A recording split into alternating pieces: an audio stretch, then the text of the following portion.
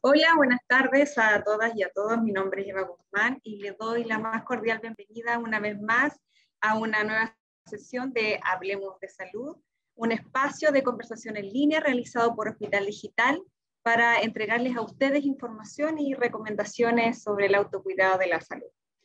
La sesión que nos convoca el día de hoy está principalmente dirigida a mujeres del sector género femenino. Marzo ha sido un mes de conmemoración internacional del Día Internacional de la Mujer, ¿cierto? De una mayor igualdad de género, pero también para poner sobre la mesa problemas que afectan principalmente al género femenino. Y entre estas problemáticas, ¿cierto? Hoy estaremos hablando de un tema importantísimo, ¿cierto? Para todas nosotras.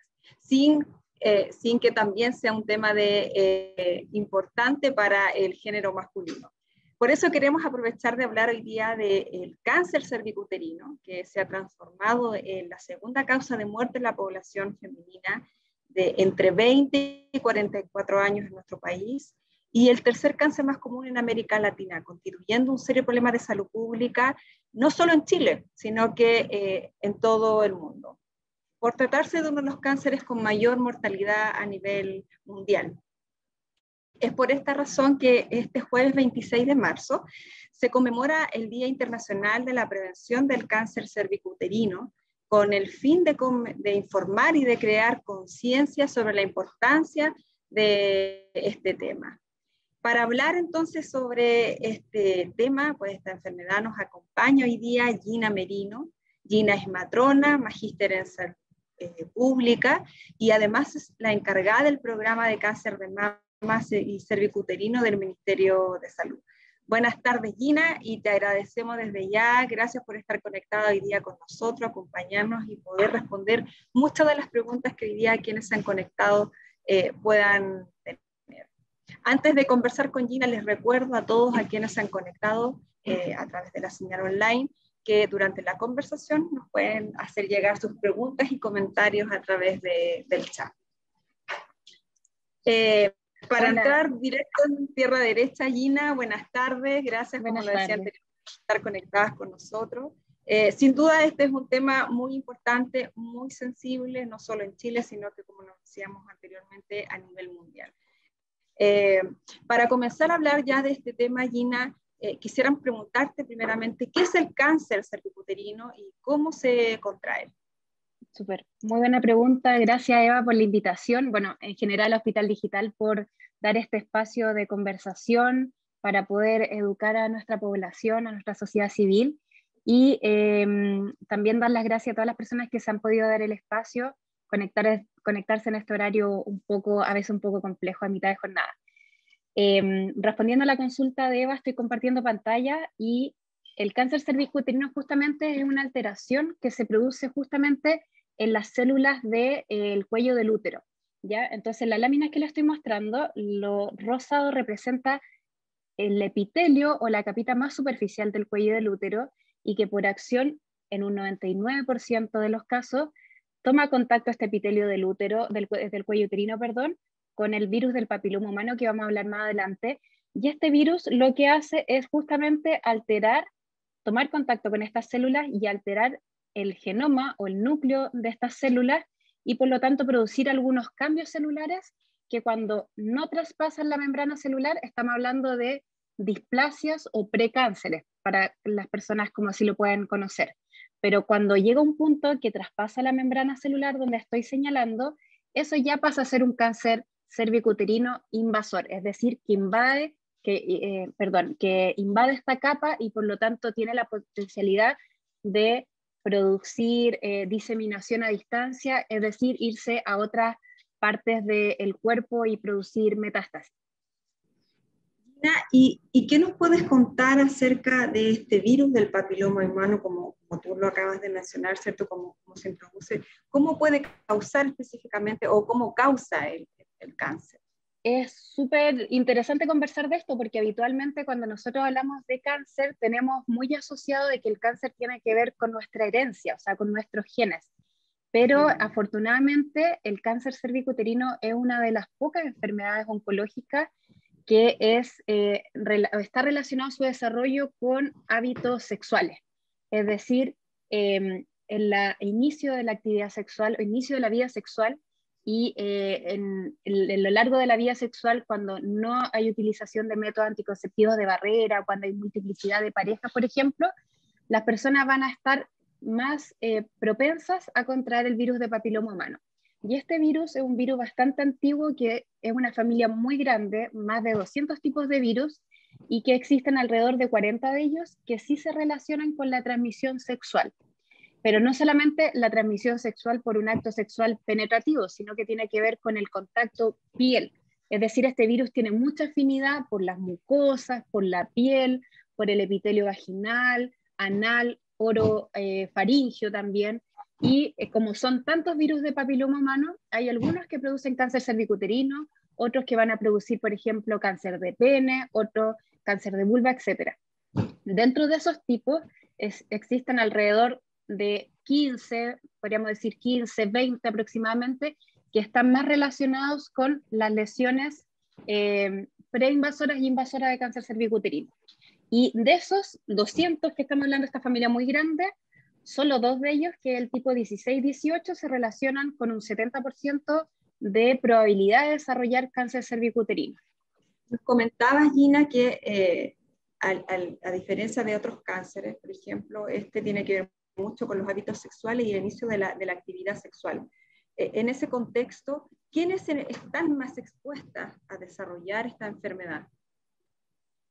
Lógicamente están más propensas las personas que inician precozmente actividad sexual, es decir, a menor edad el inicio de actividad sexual, las personas que puedan tener múltiples parejas sexuales, o que a lo mejor tienen solamente una pareja sexual, pero esa pareja sexual puede tener o haber tenido multiplicidad de parejas, por lo tanto ya es un factor de riesgo estar sexualmente en ese ámbito con esa persona. También las mujeres que consumen, por ejemplo, tabaco, que tienen este hábito, porque por supuesto que se ha estudiado que es un factor de riesgo, y que el desarrollo también, la progresión del cáncer cervicuterino, que si bien es lenta y que es progresiva, se ha visto que en estas mujeres puede andar un poco más aceleradamente. Otro factor de riesgo es el uso de algunos métodos anticonceptivos hormonales, que también se han visto vinculados con el desarrollo de este cáncer, porque justamente el cáncer cervicuterino se inicia en una zona del cuello del útero que se llama zona de transición.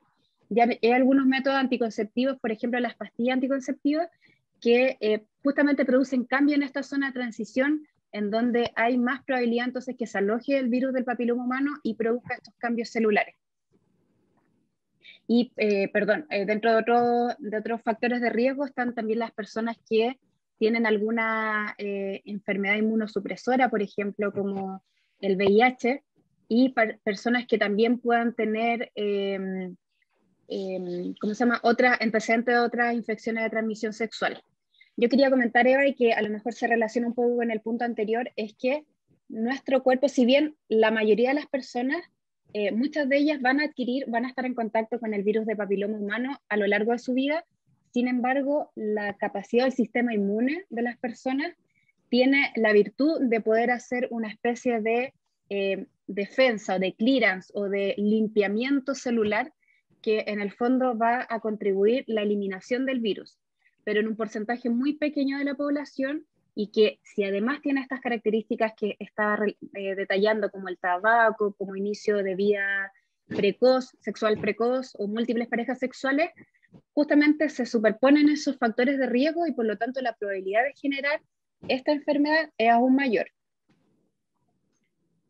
Gina, y ahí el tema genético igualmente juega un rol importante, o sea, independiente de los factores de riesgo que dices tú que se puedan superponer, el tema genético igual puede predominar en el evento de desarrollar la enfermedad. Más que nada, Eva, aquí no hay mucha cabida al factor genético. O sea, si por ejemplo mi madre, mi abuela, mi hermana tuvo o tuvieron cáncer cervicuterino, no quiere decir que yo también tenga una probabilidad de adquirirlo, porque esto es netamente un cáncer que se relaciona con hábitos de vida sexuales. Por lo tanto, eso lleva implícito también que seamos capaces de hablar de este tema y desmitificar justamente el origen y llamar a su prevención. como es un cáncer que está muy reconocido su factor etiológico, que es el virus del papiloma humano, y por lo tanto existen métodos que podrían contribuir a que no tengamos este virus de papiloma humano.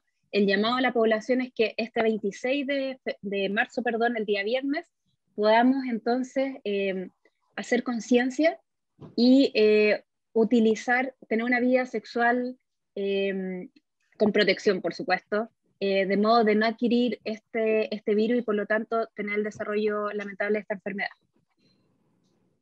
Súper claro, Gina. Muy importante lo que tú acabas de mencionar para todos aquellos que nos están escuchando. En ese sentido, ¿por qué no hacer un tamizaje antes de los 20 años? También una muy buena pregunta, Eva. Se ha visto internacionalmente en muchos estudios que en el fondo el cáncer cervicuterino en mujeres menores de 20 años es muy poco frecuente. Puede haber mucha adquisición del virus, pero a su vez el sistema inmune va a hacer mucho recambio, va a haber muchas defensas para poder combatir esta infección. Por lo tanto, se ha visto que el tamizaje en mujeres menores de 20 años no guarda relación con su costo-efectividad, es decir, sale mucho más caro para un país, un continente, realizar estrategias de tamizaje organizadas en población que no va a desarrollar esta enfermedad porque su capacidad inmune entonces está actuando de la mejor manera posible. Y por lo tanto, en población que es menor a 20 años, se ha visto que los beneficios o los perjuicios de hacer un tamizaje son muy superiores que a los beneficios que puede aportar los resultados de estas pruebas. Perfecto. Gina, y cuando uno escucha a una persona, cierto, que probablemente no tiene nociones de términos de salud, de conocimientos digamos, de salud, porque en el fondo no tiene por qué saberlo, cuando a ti te dicen cáncer cervicuterino, o cualquier otro tipo de cáncer, ¿cierto? Que te comuniquen eso, es terrible. ¿Cuál es el pronóstico de las pacientes que son diagnosticadas con cáncer cervicuterino? Y afortunadamente es una enfermedad de muy lenta progresión. O sea, de hecho, a ver, en la lámina que les voy a mostrar a continuación, un segundo por favor, estamos viendo que esta enfermedad puede tener fácilmente una progresión de 10 años. ¿Qué quiere decir? Que entre que la persona adquiere el virus y que desarrolle lesiones preinvasoras y que en el fondo la inmunidad no responde de la manera adecuada y por lo tanto existe persistencia de la infección y desarrollo de cáncer, pueden pasar al menos 10, 15 años. Por lo tanto, una enfermedad con muy buen pronóstico y lo que nosotros llamamos como Ministerio de Salud es que las mujeres pueden realizarse sus exámenes cuando les corresponde, que es cada 3 años en población de 25 a 64 años. Y este tiempo entonces va a ser un tiempo seguro para poder detectar lesiones previas al desarrollo mismo del cáncer.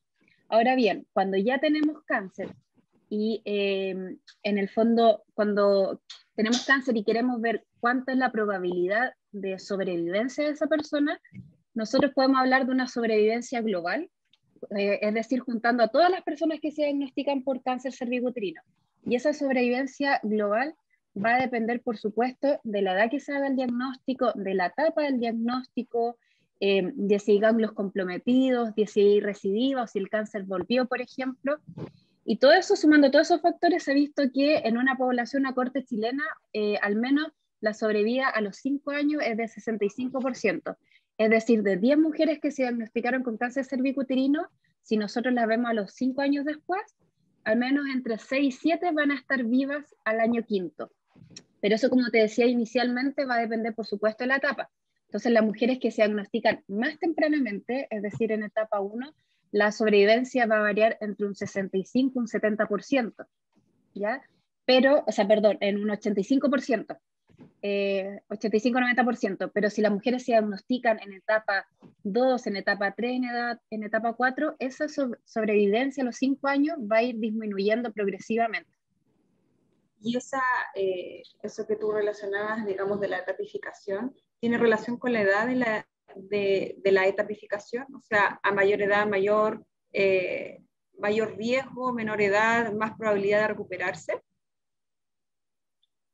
Es que, a ver, cuando hablamos de cáncer, habitualmente la edad por sí sola es un factor de riesgo. ¿Y por qué la edad por sí sola? Porque empieza, a ver, en el fondo las personas nacemos y en la medida que vamos envejeciendo, vamos presentando distintas enfermedades, producto del estrés oxidativo, de los hábitos poco saludables, de los estilos de vida, de la alimentación, del sedentarismo, etc.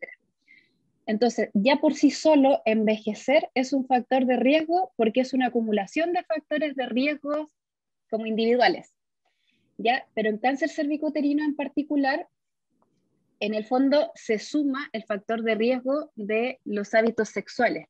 Es decir, pueden haber persistencia de un tipo de BPH, puede haber adquisición de otro tipo de BPH, por ejemplo, si partimos con un 16, puede haber después la adquisición de otro tipo, el 35, el 33, y se ha visto que la suma o la infección concomitante también es un factor de riesgo porque señala que la enfermedad puede andar de una forma más rápida, puede ser progresivamente más rápida.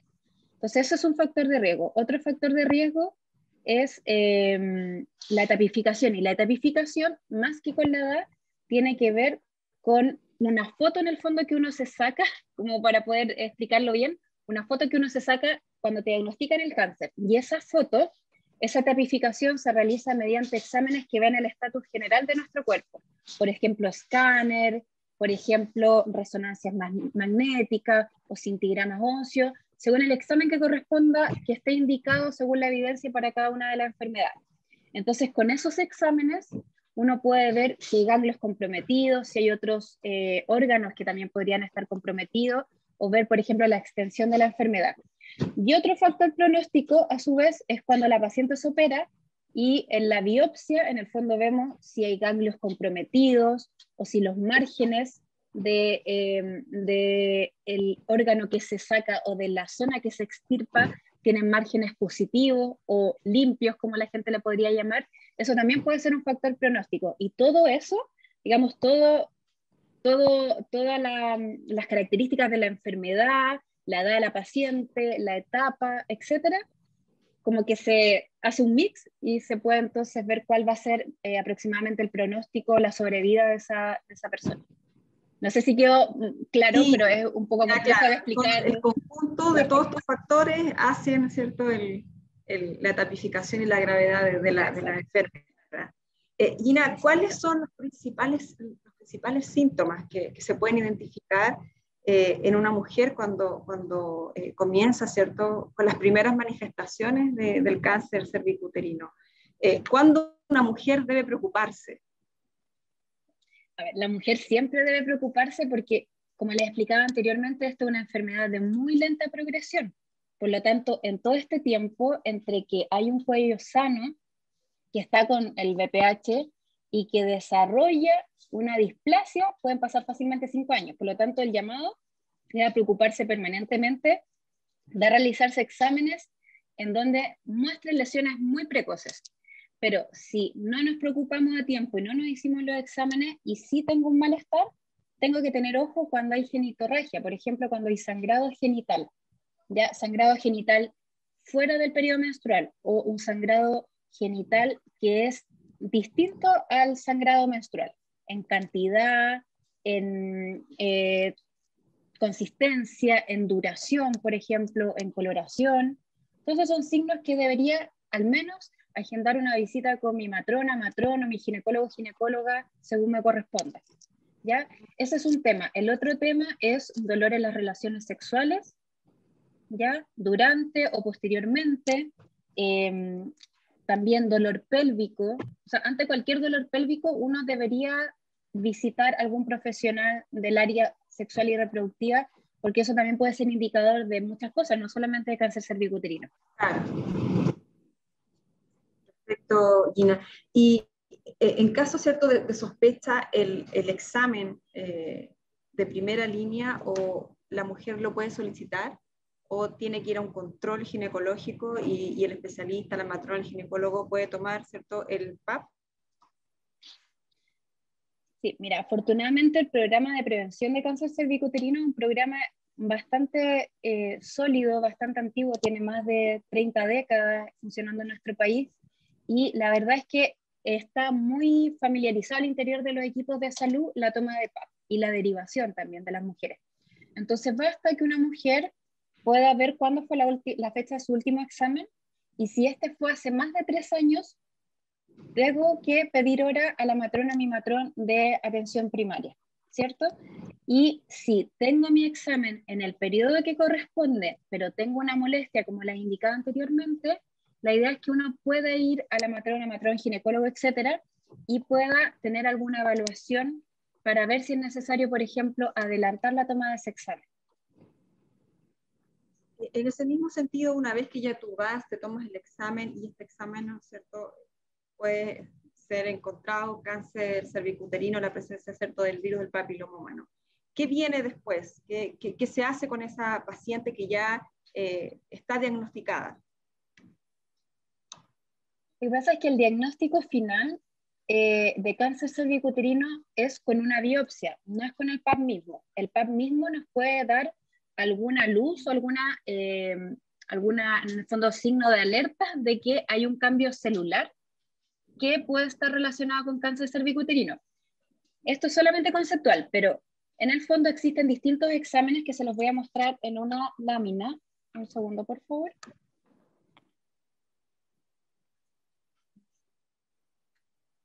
En el fondo tenemos distintos niveles de prevención. La prevención primaria, la educación, lo que estamos haciendo ahora, utilización de preservativo, la vacunación, etc. Pero la prevención secundaria es la detección de lesiones que podrían llegar a ser un cáncer cervicuterino. Por lo tanto, el PAP lo que hace, que es lo que estoy señalando a mi lado izquierdo, es tomar una muestra de las células que están en el cuello del útero y se fijan en un portaobjeto, que es una lámina de vidrio, y esa lámina lo que hace es mirarse bajo un microscopio. Y el citotecnólogo, citotecnóloga, lo que hacen es mirar y ver si realmente esas células están alteradas en su relación núcleo-citoplasma, una cosa muy técnica, y que por lo tanto necesita mandarse al nivel secundario para hacer un procedimiento diagnóstico. Recién ahí hablamos de cáncer, o sea, cuando me hicieron una colposcopía, me tomaron una biopsia y el patóloga pudo ver si había cáncer o no. Esto solamente es detección y poder seleccionar a la población que podría estar en mayor riesgo. Y existen otros exámenes como prevención secundaria, que vienen un poco más antes, que es justamente la determinación de virus de papiloma humano en las células. Entonces este examen se hace igual que el PAP, el que estoy señalando aquí a la izquierda, se hace igual que el PAP, se toma una muestra celular, pero en vez de fijarla en una lámina de vidrio, lo que se va a hacer es ponerla en un equipo automatizado y el equipo va a decir si en esas células hay virus de papiloma humano o no. Y si hay un determinado tipo de virus de papiloma humano, vamos a poder adelantarnos a que haya lesiones y que por lo tanto en el futuro haya cáncer. O sea, este es el paso 1 y el paso 2 el que diagnostica en el fondo el PAP. Ya es como mucho más adelantado. Entonces, ¿qué es lo que se hace? Si yo tengo una persona que esta es una presentación que había preparado. Si yo tengo, por ejemplo, una mujer que se hace el PAP y su PAP salió positivo, es decir, es sospechoso o tiene lesiones derechamente que van a desarrollar un cáncer cervicuterino, lo que se hace es mandar directo a colposcopía a la unidad de patología cervical que queda a nivel secundario de los hospitales, y ahí en ese procedimiento, en el fondo, se pone un líquido en el cuello del útero y se observa, no sé si lo tengo en la máquina anterior, se observa en el fondo, en esta parte del cuello, si es que hay cambios celulares. Por ejemplo, yo voy a mirar voy a poner un líquido, voy a ver si esto se tiñe, lo que estoy señalando con mi mouse, y con un lente que amplifica la imagen, voy a poder mirar si realmente esos cambios podrían ser indicadores de una displasia o un cáncer cervicuterino, y por lo tanto voy a delimitar la zona que voy a tener que tomar una biopsia y hacer el diagnóstico final. ¿Ya? Entonces va a depender si nosotros nos hacemos un PAP, si hacemos la colposcopía, o si nos vamos a tomar un test de BPH, que es el paso más anterior, y por lo tanto vamos a esperar un año para volver a controlarnos con el PAP, o si vamos a derivar para colposcopía. ¿Ya? Señalar que el test de BPH se encuentra dentro del Plan Nacional del Cáncer y es una estrategia que se está implementando desde el año 2019 y se está implementando en 13 de los 29 servicios de salud del país. Por lo tanto, hay servicios de salud que están realizando este flujograma de derivación. O sea, que toman test de BPH, toman PAP y derivan. Pero hay otros servicios que, según la disponibilidad presupuestaria que vayamos presentando, van a tener el test de BPH en el futuro y por lo tanto vamos a migrar a esta forma de derivación. O sea, todas las mujeres se van a tomar su PAP, se van a tomar su test de BPH, pero ante un test de BPH positivo, recién ahí nosotros vamos a ir a mirar el PAP y vamos a definir entonces la periodicidad. Y lo interesante de esto, Eva, es que este examen, si sale negativo y si sale el PAP negativo, el examen o el tamizaje de rutina va a realizarse a los 5 años después y no a los 3 como se hace ahora. Por lo tanto, es una estrategia que es bastante costosa en su inicio, pero que luego va a ir reduciendo los costos dado que el tamizaje se va a ir aplazando más tiempo.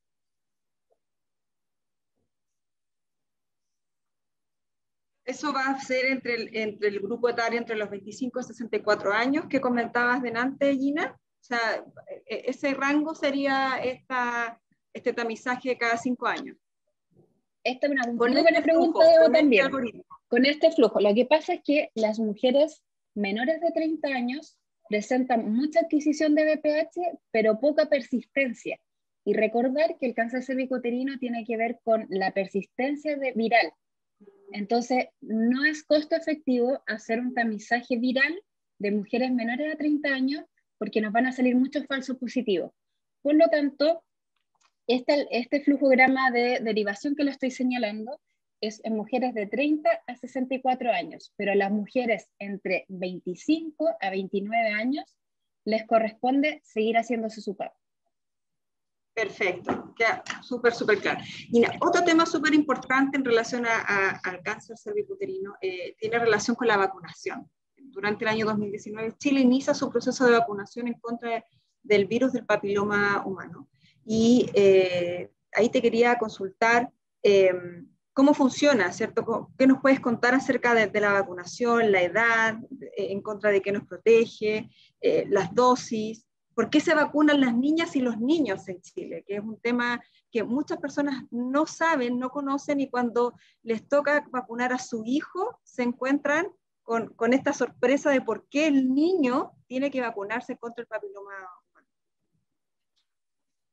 La verdad, Eva, es que esta es una estrategia un poquito más antigua. Se inició el año 2014 en la población de niñas de quinto y cuarto básico, o sea, de cuarto y quinto básico, perdón, y el año 2019, producto justamente del Plan Nacional del Cáncer, se amplió esta vacunación a los varones, de los mismos grupos etarios, o sea, 9 y 10 años que corresponden a cuarto y quinto básico.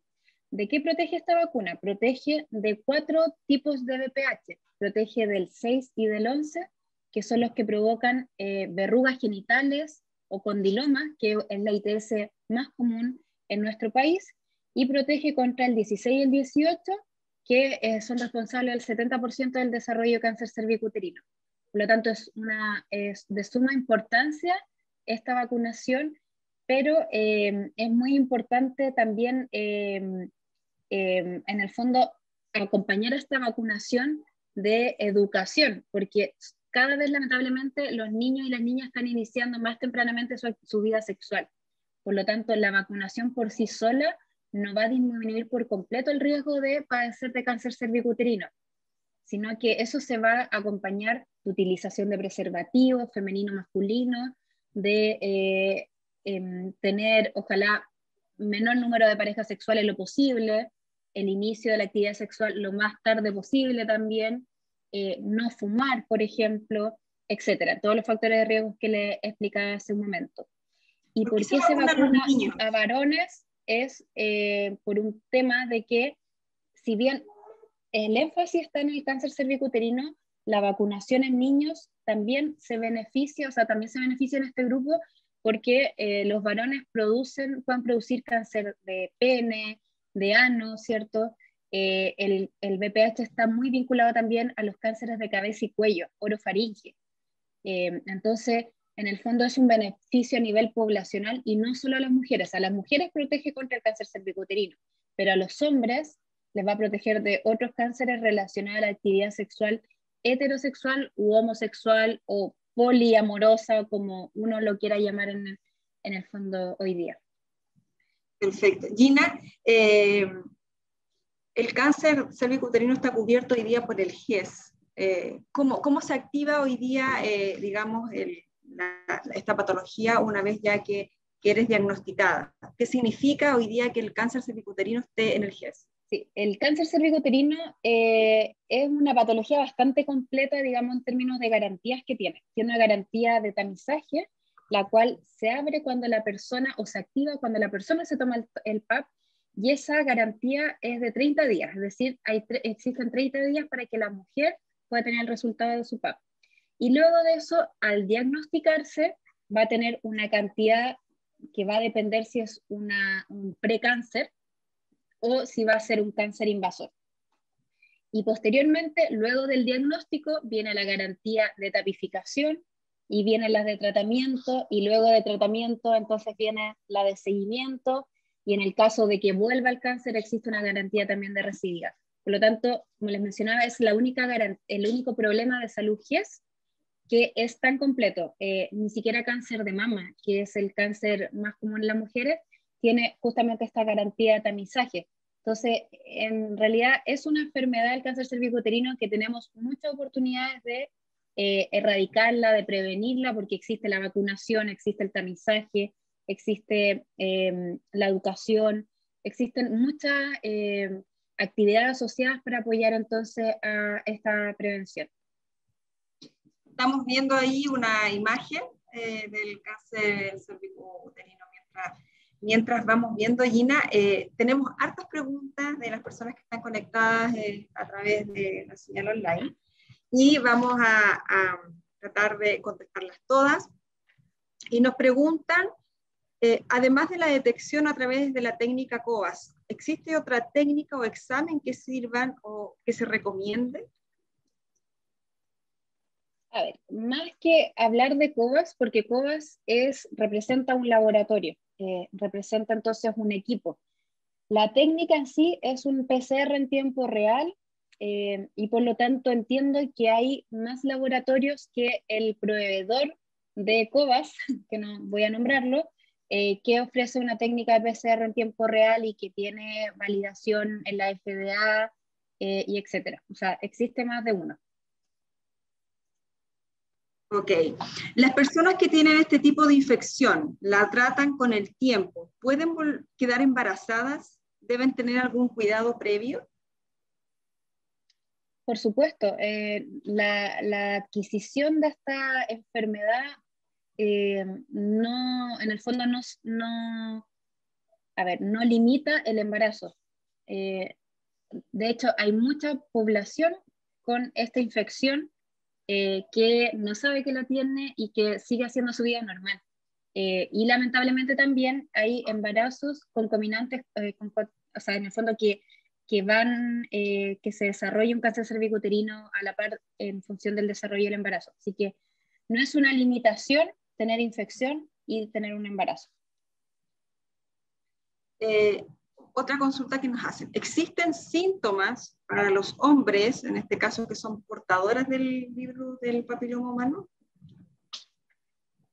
La verdad es que no muchos porque tendrían que ser más signos relacionados, más que con la presencia viral, más con el desarrollo de cáncer. Es decir, si un hombre tiene rectorragia o sangre por el recto, podríamos, y a lo mejor alguna masa palpable, podríamos estar entonces en presencia de un cáncer rectal, por ejemplo. O si tenemos alguna lesión oral en paredes de mejilla, en orofaringe, o algún problema, por ejemplo, al deglutir, etc., podríamos a lo mejor estar sospechando de que hay alguna lesión, y cuando son lesiones malignas, es decir, cancerígenas, es altamente probable que se trate de una lesión producida por el virus del papiloma humano. Perfecto, Gina. Después nos preguntan, ¿la cobertura del PAP está en torno al 55% al usar solo el test de detección viral? ¿Puede mejorar esta cobertura llegar antes del inicio de la enfermedad y disminuir las muertes. Así dice, ¿qué falta para ampliar su uso a todo el país? De ser así, ¿qué falta para ampliar su uso a todo el país? Creo que estamos hablando de conceptos que son un poco distintos. Cobertura tiene que ver con un concepto geográfico, poblacional, de cuánta población, valga la redundancia, está sujeta a una estrategia determinada de salud. Pero lo que entiendo por el contexto de la pregunta es que estamos hablando de sensibilidad, y la sensibilidad es la capacidad de detectar correctamente o clasificar correctamente individuos o individuas sanas o enfermos. En el fondo, sensibilidad son los enfermos, especificidad son los sanos. Por lo tanto, si me hablan de un 55% de cobertura, probablemente nos estamos refiriendo a la capacidad que tiene el PAP, según lo que existe en la bibliografía y lo que está reportado, de identificar correctamente a las mujeres enfermas. Y eso es así, el PAP tiene algunas limitaciones técnicas que tienen que ver con la toma misma del examen, con la fijación en el portaobjeto, con la observación de las células por parte de los y citotecnólogas, y todas esas, en el fondo el operador dependiente del examen hace que la real capacidad de detectar a personas realmente enfermas baje un poco, que pueda bordear entre el 40 y 60%. Sin embargo, el test de BPH, por ser una técnica automatizada y que en el fondo es tomar una muestra y ponerla en un equipo que puede identificar entonces el virus, es mucho más sensible, tiene mucha más capacidad de detectar a personas con presencia del virus, no con lesiones, ¿ya? Entonces, en ese sentido, sí, el test de BPH es mucho más sensible que el PAP, y esa sensibilidad bordea, o está sobre el 95%. Ahora, ¿qué falta para poder ampliar esta estrategia entonces a la población, a toda la población, por lo menos dependiente de FONASA? Falta justamente, primero, hacer procesos de capacitación, tener disponibilidad presupuestaria, porque este examen es mucho más caro, por lo menos cuesta 3 veces más que el valor del PAP, ¿ya? Hay que hacer una capacitación en gestión del cambio, porque por más de 30 años estamos funcionando en un cierto modelo que en el fondo estamos migrando lentamente hacia otro. También falta educación, conciencia, que justamente el cáncer es producido por un virus de transmisión sexual y que no es una enfermedad genética. Entonces faltan hartos componentes que tienen que ver con lo presupuestario, con el autoconcepto de salud, ¿cierto? Tiene que ver también con las dinámicas laborales, con flujos de atención, etc. Y para eso también tiene que haber cambios que se expresen en leyes. Actualmente el GES es una ley, y en esa ley establece por ley, o sea, por ley los plazos máximos asociados a cada uno de los hitos. Por lo tanto, eso también es un hito importante que falta para que exista este cambio completo en el tamizaje de las mujeres. Gracias, Gina. Otra consulta que nos llega relacionada con las vacunas. La vacunación del virus papiloma humano es para todos los niños y niñas de colegios públicos y privados. Y otra, para hacer la misma pregunta, ¿qué tan confiable es la vacuna, cierto, que se administra a los niños y niñas actualmente? ¿Esto quiere decir que están 100% protegidos de este tipo de infección? Es el Programa Nacional de Vacunaciones, que es donde está incorporada esta vacuna, es un programa que es de acceso universal. Quiere decir que todas las personas, independientes de su seguro de salud, público o privado, FONASA o ISAPRE, tienen derecho al acceso a esta vacunación, ¿ya? La otra pregunta es, la efectividad de la vacuna es casi el 100%, pero hay que tener ojo que para esos 4 tipos de VPH, el 6, el 11, el 16 y el 18, lo que no significa que para el resto que se transmiten, los 36 restantes que se transmiten por vía sexual, no va a proteger, porque solamente en esos 4 tipos. Gina, en relación al acceso a la vacuna, sabemos que la vacuna se administra en los colegios. Hoy día, con el tema de la pandemia, ¿cómo se hace hoy día? ¿En qué semestre del año se administra la vacuna, y ya que los niños no están en clases, ¿cómo los padres, hoy día que están conectados, acceden este año a la vacunación de sus hijos? Y nada, esta vacunación se hace en el segundo semestre, desde agosto a diciembre, y entiendo que por todo este contexto de pandemia se está haciendo citaciones en el fondo de forma ordenada de parte de los colegios. Entonces, en el fondo el llamado aquí a los padres, madres, es que puedan averiguar cuál es el calendario programado de vacunación en el mismo establecimiento, porque podría variar, no es algo universal. Solamente sabemos que en el segundo semestre, pero la calendarización va a ir variando, porque además hay otros tipos de vacunas que están sujetos a este mismo Programa Nacional de Inmunización. Entonces, entiendo que ahí la coordinación es un poco más local, más que algo nacional. Y ahí la coordinación es con los colegios tanto públicos como privados. Todos, sí, todos. Esto es universal para todos. Perfecto. Gina, ¿y la vacuna es obligatoria para todos los niños en este rango de edad? La verdad es que la vacuna no tengo muy claro si en este momento está siendo obligatoria o no. La verdad es que eso me puedo comprometer a averiguarlo, pero sí entiendo que hay un consentimiento informado que se le entrega a los padres y apoderados, en donde se exponen los principales efectos adversos de la vacunación. Pero en este momento no podría asegurar que sea obligatoria, porque también ha existido mucha resistencia de parte de los padres y apoderados. Entonces, estoy altamente, en el fondo no podría hacer esa aseveración en este momento. Y la última pregunta, y en relación con la vacuna también, dice, sé que en el área privada se recomienda la vacuna a mujeres adultas, mayores de 25. ¿Sirve de todas maneras? Sirve, pero la efectividad es menor. Siempre va a ser mayor su efectividad cuando no hay exposición viral, y es muy probable que una mujer de 25 años o menos ya haya iniciado actividad sexual y por lo tanto ya tenga exposición. ¿De qué sirve? Le va a servir, pero con menor efectividad. Perfecto, Gina. Te agradecemos que hayas estado esta tarde con nosotros hablando sobre este tema muy importante, el cual nos han llegado muchas preguntas. Esperamos haberlas podido responder todas. Así que te agradecemos a nombre de parte del equipo de Hospital Digital por haber estado esta tarde con nosotros.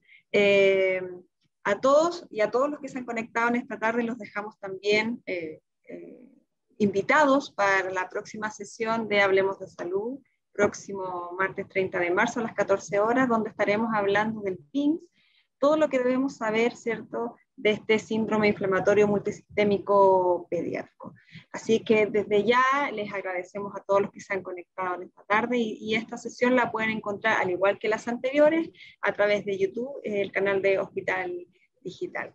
Les recuerdo que estas sesiones están grabadas y las pueden encontrar en las páginas que se están proyectando en nuestra presentación. Por mi parte, muchas gracias a todos, nos despedimos, gracias Gina. Gracias y que tengan buena tarde. Hasta Gracias. luego. Buenas tardes. Buenas tardes.